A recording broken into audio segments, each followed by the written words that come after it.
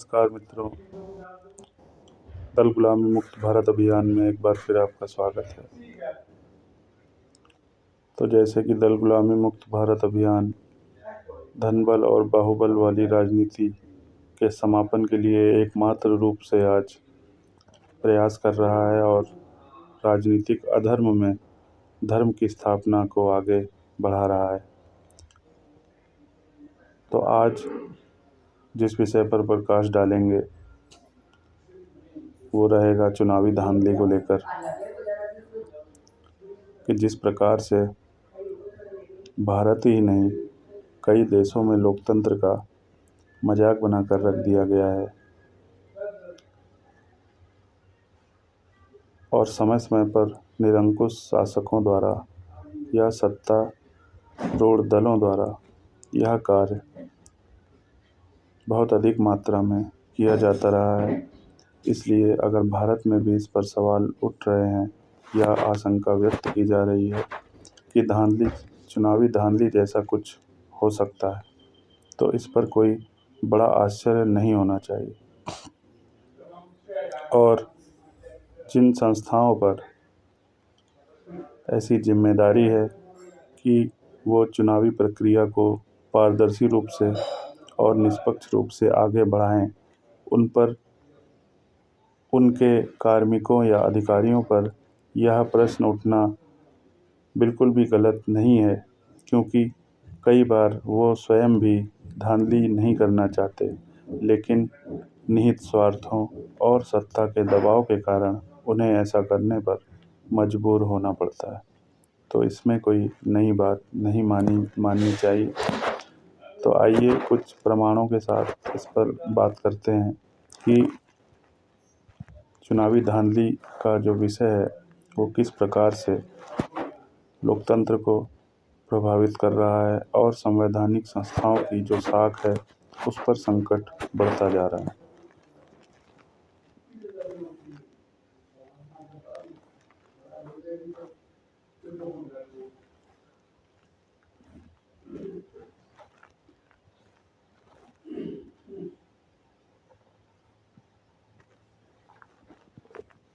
तो ये देखिए,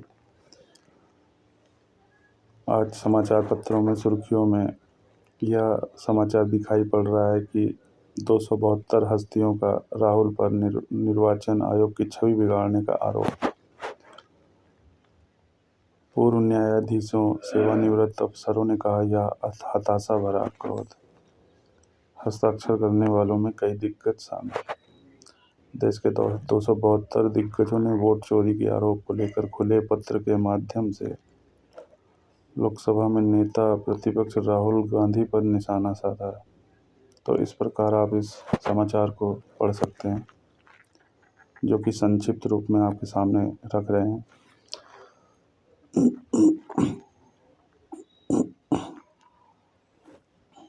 पत्र में कहा है कि जब नेता जन महत्वाकांक्षाओं पर खरे नहीं उतरते तो वे जन विश्वास फिर कायम करने के बजाय संस्थानों पर भड़ास निकालते हैं। सेनाओं, न्यायपालिका, संसद और उनके पदाधिकारियों को निशाना बनाने की राहुल की कोशिशों का हवाला देते हुए कहा कि विश्लेषण की जगह नाटकीयता आ गई है। सार्वजनिक तमाशा जनसेवा की जगह ले रहा है। नेताओं को लोकतांत्रिक फैसलों को शालीनता से स्वीकार करने और संवैधानिक प्रक्रिया का सम्मान करने का आग्रह किया। तो जहाँ तक इस समाचार के विश्लेषण की बात है, तो दल गुलामी मुक्त भारत अभियान यह कहना चाहता है कि ये अच्छा है कि 272 हस्तियाँ चुनाव आयोग की छवि पर जो संकट आया है उस पर सामने आए हैं और देश की संवैधानिक संस्था को बचाने के लिए प्रयास कर रहे हैं।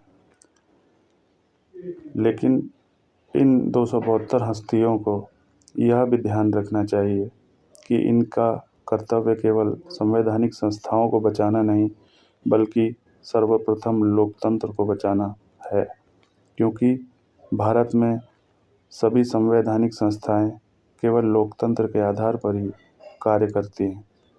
और जब किसी देश का लोकतंत्र ही धांधली के आरोपों से संकटग्रस्त हो, तो उस देश में संवैधानिक संस्थाओं का क्या हाल होगा, इसे समझना भी बहुत मुश्किल नहीं है।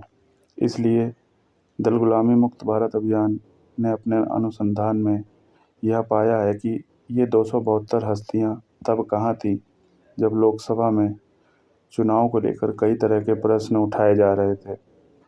जैसा कि हम जो कि स्वयं लोकसभा चुनाव में प्रतिनिधित्व कर चुके हैं और हमें कहने में कोई संकोच नहीं है कि कई स्तरों पर चुनाव में धांधली लोकसभा में विद्यमान रही है। इस बात के भले ही प्रमाण प्रस्तुत न किए जा सकें, लेकिन सनातन के पास जो ऑब्जर्व करने की क्षमता है, उसके आधार पर हम यह अवश्य कह सकते हैं कि चुनाव निष्पक्ष और पारदर्शी नहीं हो रहे हैं। यहाँ पर हम किसी राजनीतिक दल का समर्थन करने के लिए नहीं है, लेकिन लोकतंत्र का किस प्रकार मजाक बनाकर देश में रखा जा रहा है, इसे कहने में कोई हमें संकोच नहीं है। जहाँ तक लोकतंत्र में धांधली के समाचार हैं, तो इस पर हमें ध्यान रखना चाहिए कि सिर्फ भारत की बात नहीं है, और भी देशों के तमाम उदाहरण हैं जहाँ पर चुनावी धांधली के समाचार मिल रहे हैं। ये देखिए, विश्व का सबसे पुराना लोकतंत्र है, सबसे बड़ा सुपर पावर जिसको कहते हैं, ये ट्रम्प, ये America, United state of America. इसमें देखिए, ट्रम्प ने एक समाचार आ रहा है 27 अक्टूबर 2025 का, अमर उजाला का, कि ट्रम्प ने फिर उठाया 2020 चुनावी धांधली का मुद्दा, न्याय विभाग से की जांच की मांग, बताई सबसे बड़ी हेराफेरी। तो आप देखिए किस प्रकार अमेरिका में भी चुनावी धांधली पर बात होने लगी है, और वहाँ के जो राष्ट्रपति हैं डोनाल्ड ट्रम्प, वो भी कह रहे हैं कि 2020 के चुनाव में धांधली की गई थी।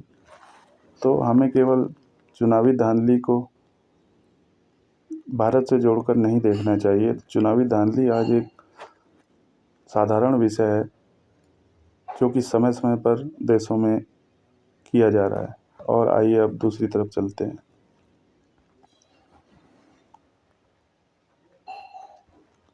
ये आज समाचार हैं कि जिसमें कि सत्तारूढ़ दल पर चुनाव आयोग से मिलकर धांधली करने के आरोप दिखाए जा रहे हैं। और ये हमारे सामने बांग्लादेश के समाचार हैं, जिसमें कि वहाँ की निवर्तमान शेख हसीना पर वहाँ के वर्तमान शासक ने चुनावी धांधली के आरोप लगाए।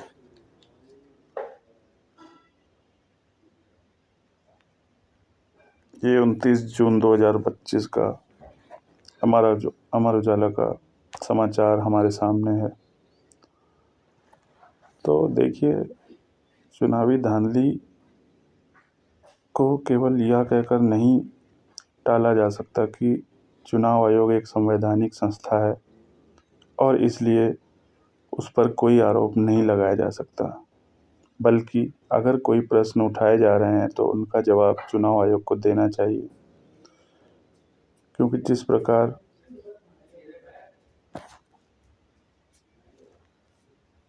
हम रोज के जीवन में कोई मशीनरी को भी इस्तेमाल करते हैं तो उसमें भी किसी समय पर खराबी आने का कारण मौजूद हो सकता है। वैसे ही संवैधानिक संस्थाओं जिन पर देश के महत्वपूर्ण विषयों को लागू करने की या उन्हें देखरेख करने की जिम्मेदारी है, उनमें भी कमियां समय समय पर आ सकती हैं। इसलिए किसी भी संवैधानिक संस्था को प्रश्नों के परे नहीं रखा जा सकता और संवैधानिक संस्थाओं को पारदर्शिता बनाए रखने के लिए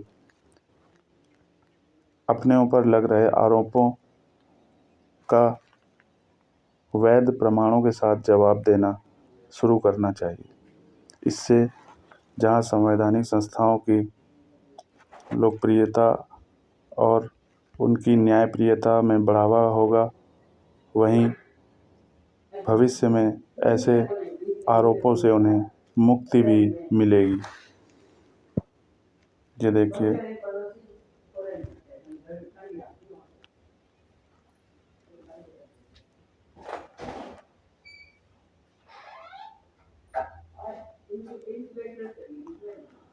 जैसा कि लोकसभा चुनाव में भी हमने देखा कि कई तरह की अव्यवस्थाएं देखने में सामने आई और मतगणना के परिणाम जो थे वो तुरंत अपडेट नहीं किए गए, उन्हें घंटों रोक कर रखा गया। और ईवीएम लाने का जो मुख्य कारण था वो यही था कि इसमें मतगणना में बहुत ही आसानी होगी। लेकिन आज भी 2024 के लोकसभा चुनाव में हमने देखा कि जानबूझकर कैसे चुनाव परिणामों को रोक कर रखा गया और अंतिम घोषणा रात में की गई, 9 से 10 बजे के आसपास की गई, जबकि एक एक चक्र के परिणाम को 2-2 4-4 घंटे तक होल्ड पर रखा गया। तो इन चीज़ों का जवाब आज तक भी हमारे सामने नहीं आया है। ऐसे में यह कहना कि किन्हीं 272 व्यक्तियों ने केवल एक पत्र द्वारा यह घोषित करने का प्रयास किया है कि देश के संवैधानिक संस्थाओं पर कोई प्रश्न नहीं खड़ा कर सकता, या बिल्कुल ही मूर्खता वाला वक्तव्य होगा। और ये एक मूर्ख विचार है जिसमें कि यही माना जाएगा कि ये जो 272 हस्तियां हैं ये किसी पूर्व धारणा से प्रेरित होकर ऐसा कार्य कर रही हैं। अगर इन्हें लोकतंत्र की इतनी चिंता होती तो ये यही कहते दिखाई देते कि चुनाव आयोग या किसी अन्य संवैधानिक संस्था पर जिस पर प्रश्न उठाया जा रहा है उसे जो प्रश्न सामने रखे जा रहे हैं उनका लिखित में उसी रूप में जवाब प्रस्तुत करना चाहिए। इसलिए यह कोई मायने नहीं रखता कि देश की कितनी बड़ी हस्ती किसी संवैधानिक संस्था के पक्ष में है। मायने यह रखता है कि एक सामान्य वोटर भी उस संवैधानिक संस्था का समर्थन करता दिखाई दे, जो कि आज दिखाई नहीं दे रहा है। तो इसलिए हम कह सकते हैं कि संवैधानिक संस्थाओं के ऊपर जो प्रश्न उठ रहे हैं उनको हटाने का पूरा जिम्मेदारी उन्हीं संस्थाओं के प्रमुखों पर रहेगी और उन्हें ही सामने आना चाहिए। तो आज के लिए इतना ही। अगली बार किसी अन्य विषय पर प्रकाश डालेंगे। तब तक के लिए धन्यवाद।